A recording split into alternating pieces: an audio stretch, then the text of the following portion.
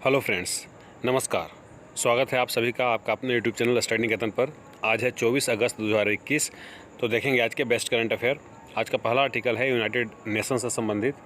तो United nation 23 अगस्त को प्रत्येक वर्ष international day for the remembrance of the slave trade and it's evolution के रूप में मनाता है जी। ठीक है, ये डे जो एब्जॉर्ब किया जाता है स्लेव ट्रेड, मतलब जो इंसानों को ले जा कर के उनसे उनका व्यापार करते थे, उसके याद में ये दिन मनाया जाता है।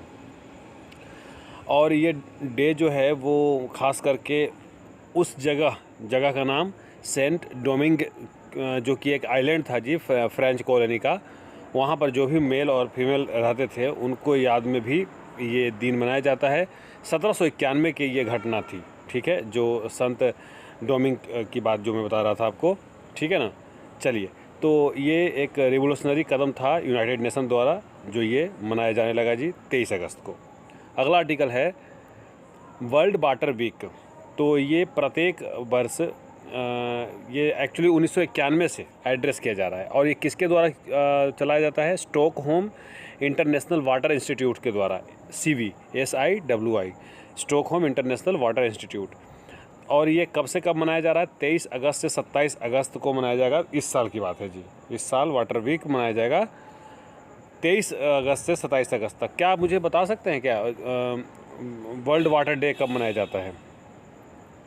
इस वर्ष का थीम है, यानी 2021 का थीम है, मतलब वाटर वीक का, वर्ल्ड वाटर वीक का, बिल्डिंग रेजिलेंस फास्टर। फिर से बोल देता हूँ, बिल्डिंग रेजिलेंस फास्टर। देखिए, अब हम स्टॉकहोम इंटरनेशनल वाटर इंस्टीट्यूट के बारे में बता दें, CV के बारे में। एक्चुअली ये 1991 से मनाया जा रहा है जी। CV का हेडक्वार्टर तो आपको पता हो गया होगा, स्टॉकहोम नाम है तो स्टॉकहोम में ही है, स्वीडन के कैपिटल है स्टॉकहोम। और इसके एग्जीक्यूटिव डायरेक्टर हैं तोर्गनी होमग्रेन। ठीक है, तोर्गनी होमग्रेन। अगला आर्टिकल है मणिपुर से संबंधित।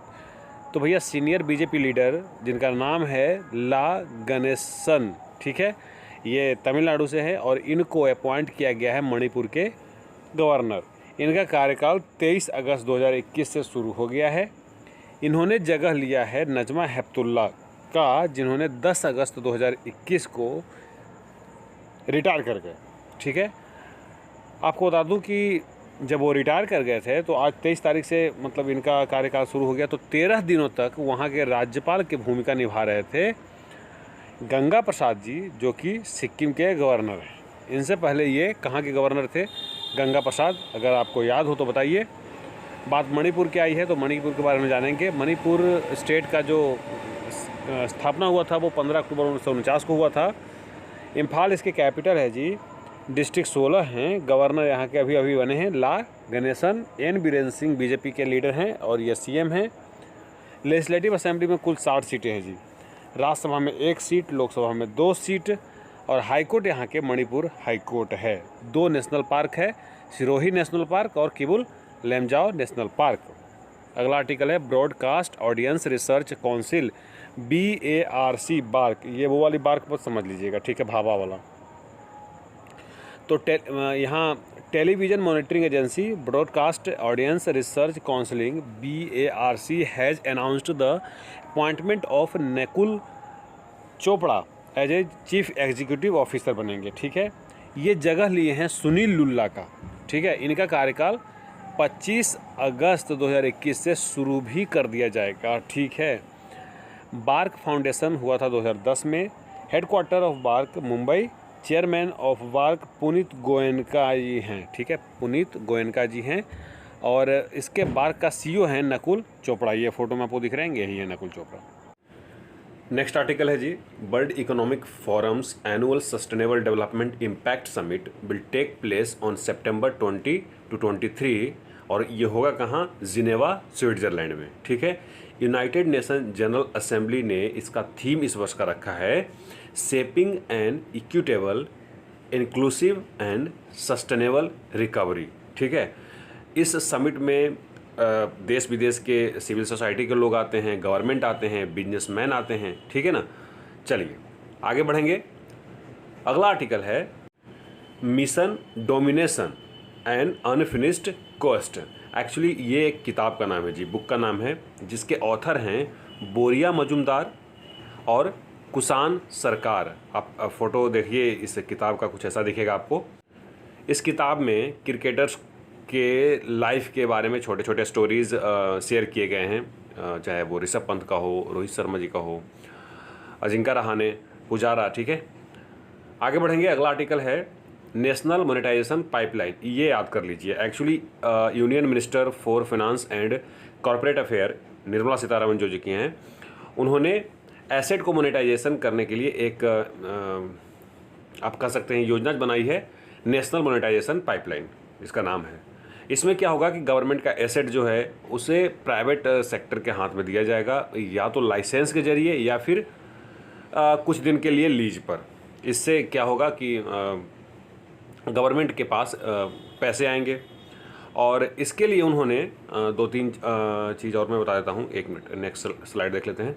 हाँ, तो नेशनल मोनेटाइजेशन पाइपलाइन जो है उसमें टारगेट रखा गया है फाइनेंशियल ईयर 2022 से 2025 तक 6 लाख करोड़ रुपया एसेट जुटाने का गवर्नमेंट के खाते में। ठीक है, इसमें खास करके 5 सेक्टर को कैप्चर किया गया है, जिसमें 83% तो मतलब 6 लाख का 83%, 83% तो इन 5 सेक्टर से आ जाएगा। वो है सबसे पहले रोड, तो रोड से 27% इनको कलेक्ट करना है। रेलवे से 25%, मतलब रेलवे भी कुछ प्राइवेटाइज करेंगे ये। पावर से 15%, ऑयल एंड गैस से 8% एंड टेलीकॉम सेक्टर से 6%। अगला आर्टिकल है वर्ल्ड बैंक से रिलेटेड। तो वर्ल्ड बैंक ने लॉन्च किया है जी cyber security multi donor trust fund.